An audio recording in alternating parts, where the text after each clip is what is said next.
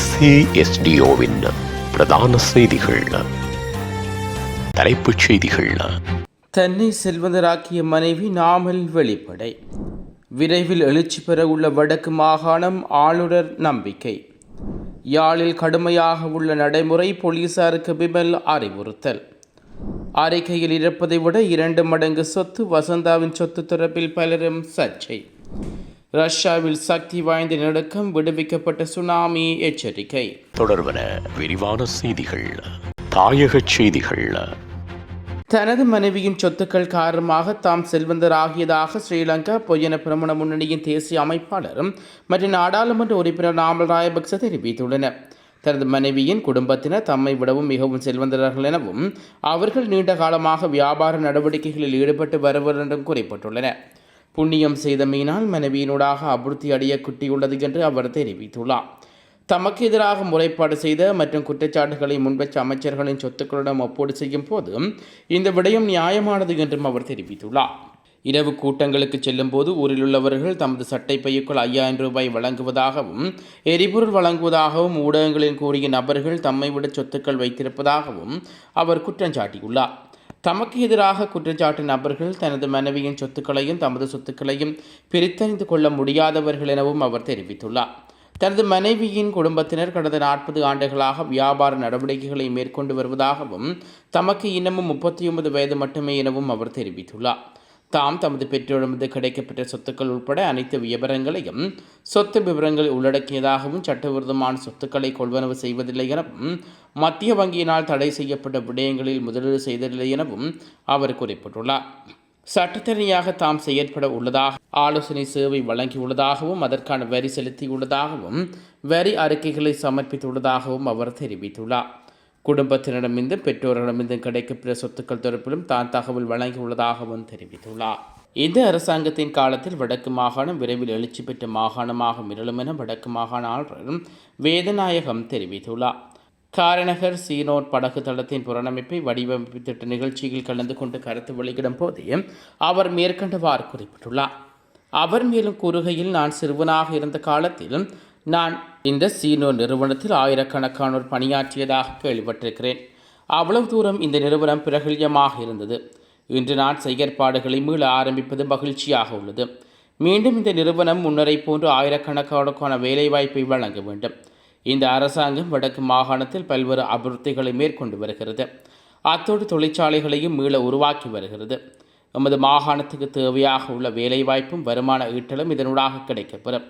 எமது மாகாணத்தின் அபிவிருத்தி தொடர்பில் கூடுதலான அக்கறையுடன் செயல்படுகின்ற அமைச்சர் பிமல் ரத்நாயக்க மற்றும் எமது மாகாணத்துக்கு எவ்வாறான உதவிகளையும் தேடி செய்ய வேண்டும் என்று அடிக்கடி கேட்டுக்கொண்டிருக்கின்ற அமைச்சர் சந்திரசேகரன் ஆகிய இருவருக்கும் இந்த சந்தர்ப்பத்தில் எனது நன்றிகளை கூறிக்கொள்கிறேன் என்று தெரிவித்துள்ளார். யாழ் மாவட்டத்தில் செயற்பட்டு வரும் சாரதி பயிற்சி பாடசாலைகளின் தகுதி குறித்து போலீசார் கடுமையான கண்காணிக்க வேண்டும் என்று போக்குவரத்து நெடுஞ்சாலைகள் மற்றும் துறைமுகங்கள் சிவில் விமான சேவைகள் அமைச்சர் பிமல் ரத்நாயக்க போலீஸ் அதிகாரிகளுக்கு அறிவுறுத்தியுள்ளார். விபத்துக்களில் அதிகளவு தமிழ் மக்களே பலியாகி வருவதாகவும் புள்ளி விவரங்களில் அறிய முடிகிறது. எனவே சாரதி பயிற்சி நிலையங்கள் தொடர்பில் அதிக அக்கறை செலுத்த வேண்டியுள்ளதாக அமைச்சர் தெரிவித்துள்ளார். இதன்போது கருத்து கூறிய யாழ் மாவட்ட உதவி போலீஸ் அத்தியஸ்தக யாழ்ப்பாணத்தில் நடக்கும் கூடியளவான விபத்துக்கள் இருசக்கர மோட்டார் சைக்கிளிலேயே ஏற்படுகின்றன. குறிப்பாக எப்செட் மோட்டார் சைக்கிளில் அதிவேகமாக சாரதித்துவமே விபத்துக்கான அதிகளவு ஏற்படுத்தியதாக தகவல்கள் தெரிவிக்கின்றன. மேலும் பிரதான வீதிகளில் அதிக வேகத்தில் பயணிக்கும் மோட்டார் சைக்கிள்கள் கிளை வீதிகளுக்கு திரும்பும் சந்தர்ப்பங்களிலும் கிளை வீதிகளிலிருந்து பிரதான வீதிகளுக்கு பிரவேசிக்கும் சந்தர்ப்பங்களில் தான் இந்த விபத்துக்களும் மரணங்களும் சம்பவிக்கின்றன. விபத்துக்களில் அதிகளவான தமிழ் மக்களே பலியாகி வருவதாகவும் புள்ளி விவரங்களில் அறிய முடிகிறது. எனவே சாரதி பயிற்சி தொடர்பில் அதிக அக்கறை செலுத்த வேண்டியதாக உள்ளது என்றும் சுட்டிக்காட்டியுள்ளார். இதேவேளை யாழ் மாவட்ட மோட்டார் போக்குவரத்து பொறுப்பதிகாரி யாழ் மாவட்டத்தில் 13 சாரதி பயிற்சி நிலையங்கள் பதிவு செய்யப்பட்டு செயற்பட்டு வருகின்றன. இவற்றில் 2 பயிற்சி நிலையங்கள் அனுமதியை மீள் பதிப்பு செய்யாதிருக்கின்றன. அவை குறித்தும் போலீசார் நடவடிக்கை எடுக்குமாறு அறிவுறுத்தியுள்ளனர். தப்புத்தேகமில் உள்ள தனது வணிக கட்டடத்தின் சொத்து மதிப்பு பொறுப்பு அறிக்கையில் உள்ளதை விட 2 மடங்கு இருக்கலாம் என்று அமைச்சர் வசந்த சமரசிங்க தெரிவித்துள்ளார். அனுராதபுரத்தில் ஊடகங்களை சந்தித்து கருத்து வெளியிடும் போது அவர் மேற்கண்டவாறு குறிப்பிட்டுள்ளார். தனது கட்டடத்துக்கு அடுத்துள்ள கட்டிடம் மிக அதிகமான விலைக்கு விற்கப்பட்டதாகவும் கூறியுள்ளார். அதன்படி தனது கட்டடமும் அதிக மதிப்பை கொண்டிருக்கும் என்று அவர் இதன்போது சுட்டிக்காட்டியுள்ளார். தப்புத்தேகமையில் வசிக்கும் மக்கள் தங்கள் குடும்பத்தின் சொத்துக்களை தொடர்பில் அறிந்திருப்பதாகவும் அவர் தெரிவித்துள்ளார். தான் பல்கலைக்கழகம் செல்லும் முன்னரே தனியார் வகுப்புகளை நடத்தியதாகவும் தங்கள் குடும்பத்துக்கு சொந்தமான நிலம் இருப்பதாகவும் அவர் குறிப்பிட்டுள்ளார்.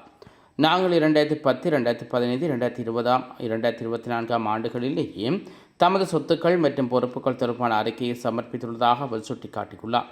மேலும் கடந்த காலங்களில் ஆட்சியில் இருந்தவர்கள் அவர்கள் செய்ததை தாம் செய்ததாக காட்ட முயற்சிக்கின்றார்கள் எனவும் அவர் கூறியுள்ளார். உலகச் செய்திகள். ரஷ்யாவின் தூரக்கிழக்கு கம்சாட்கா பகுதியில் ஒரு வலுவான நிலநடுக்கம் ஏற்பட்டதை அடுத்து சுனாமி எச்சரிக்கை விடுவிக்கப்பட்டுள்ளதாக வெளிநாட்டு ஊடகங்கள் செய்தி வெளியிட்டுள்ளன. இந்த நிலநடுக்கம் இன்று அதிகாலை 7.8 ரிக்டர் அளவிலும் 10 கிலோமீட்டர் ஆழத்திலும் பதிவாகினதாக அமெரிக்க புவியியல் ஆய்வு மையம் குறிப்பிட்டுள்ளது. எனினும் அதனைத் தொடர்ந்து 5.8 ரிக்டர் அளவு வரை தொடர்ச்சியான நிலநடுக்கம் ஏற்பட்டதாக தெரிவிக்கப்பட்டுள்ளது. ரஷ்யாவின் கம்சாட்கா பகுதியில் கடந்த சில மாதங்களாக தொடர்ச்சியான நில அதிர்வுகள் ஏற்பட்டு வருகின்றன. இதன்படி கடந்த 5ஆம் தேதி ஏற்பட்ட சக்தி வாய்ந்த நிலநடுவை அடுத்து சுனாமி எச்சரிக்கை விடுவிக்கப்பட்டிருந்தமையும் குறிப்பிடத்தக்கது. மீண்டும் தலைப்புச் செய்திகள். தன்னை செல்வந்தராக்கிய மனைவி நாமல் வெளிப்படை. விரைவில் எழுச்சி பெற உள்ள வடக்கு மாகாணம் ஆளுநர் நம்பிக்கை.